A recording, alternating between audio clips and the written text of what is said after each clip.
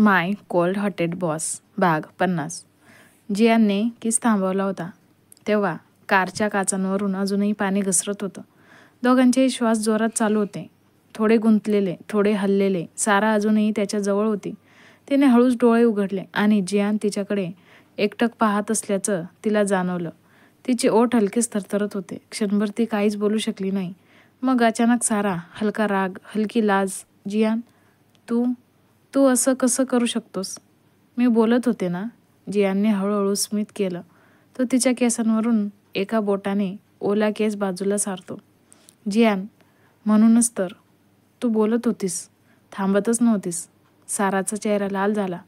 ती वळून बाहेरच्या पावसाकडे पाहू लागली. सारा, मी एवढी बोलते का? जियान तिच्या जवळ आणखी झुकत. हो, खूप. आणि मला तुझं प्रत्येक शब्दांवर प्रेम येतं. सारा उडवाउडवी करत हसली, पण तिच्या गालावरचं उबदारपण तिला लपवता येत नव्हतं. गाडीच्या आत वातावरण बदललेलं होतं. इतकं शांत, इतकं जवळचं की दोघांनाही स्वतःचे हृदयाचे ठोके ऐकू येत होते. जियान हळूच साराचा हात पकडतो. सारा बाहेर बघत बसलेली असताना जियानने हळूच तिचा हात हातात घेतला. तिचं मन अचानक दचकलं, पण तिने हात मागे घेतला नाही. पाऊस जोरात कोसळत होता. त्याच्या आवाजातही आता एक प्रेमाचा ताल जाणवत होता. जियान, तू एकटी घरी जात होतीस? मला बरं वाटलं नाही. सारा, मला अडचण आली तर मी सांभाळू शकते. जियान थोडं खोडकरपणे, हो, तशी तुझी बोलण्याची ताकद आहे. साराने त्याच्या हातावर हलकेच ठोसा दिला. दोघेही हसले. सारा हळूहळू जियानकडे बघते. ती काही शांत राहिली. पावसाचे थेंब तिच्या ओल्या त्वचेवर पडलेले होते आणि तिच्या डोळ्यांत एक वेगळी चमक होती. सारा थोड्या थरथरत्या आवाजात, जियान, आत्ताचं जे झालं का झालं? जियानच्या नजरा तिच्यावर रोखल्या गेल्या. तो जवळ येत म्हणाला, जियान, कारण मी तुझं बोलणं थांबवू शकत नव्हतो आणि तुझ्यावरचा ताबा मी गमावू लागलो होतो. साराचा श्वास अडखळला. तिने त्याच्याकडे पाहिलं, जणू पहिल्यांदाच पाहत आहे असं. सारा, तुला माझी काळजी आहे? जियान एकदम गंभीर झाला. त्याने तिचा गाल हळूच धरला, हातात घेतला. जियान, हो, खूप. तुला जितकं कळत नाही त्यापेक्षा जास्त. साराच्या डोळ्यात पाणी भरलं. पावसाचं की भावना याचं तिलाही समजत नव्हतं. रोडवर पाऊस थांबत नाही आणि त्यांच्या भावनाही वाढत जातात. गाडीच्या आतला उबदारपणा, बाहेरचा थंड पाऊस आणि त्याचं एकमेकांजवळ येणं. जियान हळू आवाजात म्हणाला. जियान, सारा, एक गोष्ट सांगू? सारा हळू आवाजात, काय? तो तिच्या अगदी जवळ येत तिच्या कपाळाला स्पर्श करतो. जियान, तू पुन्हा त्याच वेगाने बोलायला लागलीस तर मी पुन्हा तुला किस करेन. साराच्या डोळ्यात चमक आली. तिने ओठ चावत हसत म्हणाली, सारा, मग मी शांत बसते. आणि त्या शांततेही इतकं प्रेम भरलेलं होतं की दोघांना त्या रात्रीचा पाऊस आयुष्यभर लक्षात राहणार होता. जियान हळू खोल आवाजात, सारा, तुला काही सांगायचं होतं. तिचं हृदय जोरजोरात धडधडायला लागलं. तिने त्याच्याकडे वळून पाहिलं. त्याच्या डोळ्यात एक वेगळीच चमक होती, जणू महिन्यांपासून दाबलेलं काहीतरी आता बाहेर पडणार होतं. जियान कार थोडी बाजूला घेऊन शांतपणे थांबवतो. बाहेर अजूनही पाऊस, पण आत हवा गरम झालेली होती. तो तिच्याकडे पूर्ण वळला. त्याचा चेहरा अगदी जवळ, इतका जवळ की साराचा श्वास त्याच्या ओठांना स्पर्श करत होता. जियान, मी खूप दिवसांपासून तुला टाळण्याचा प्रयत्न करत होतो, पण प्रत्येक वेळेस तू माझ्या नजरेतून जात नाहीस. साराचे डोळे मोठे झाले. तिने शब्द शोधण्याचा प्रयत्न केला, पण आवाज बाहेर आला नाही. जियान अधिक जवळ आला. त्याच्या बोटांनी तिच्या केसातील एक ओलसर लट अलगद कानामागे लपवली. जियान, पावसात भेटलीस आणि मला पुन्हा खात्री झाली तुझ्यापासून दूर राहणं अशक्य आहे. साराचा श्वास थरथरला. तिने नकळत त्याचा हात पकडला. सारा हळू आवाजात, जियान, मीही.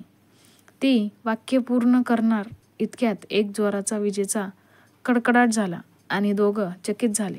क्षण तुटला, पण भावना नाही. जियान हलके हसला आणि तिच्याकडे खोल नजर टाकली. जियान, आधी तुला सुरक्षित घरी सोडतो, बाकीचं नंतर नीट बोलू. पण दोघांनाही माहीत होतं जे सुरू झालं होतं ते आता थांबणार नाही. दुसऱ्या दिवशी सकाळी स्वयंपाकघरात सकाळचं कोवळं ऊन पडलेलं किचनमधल्या स्टीलच्या भांड्यांवरून प्रकाश परत येत होता.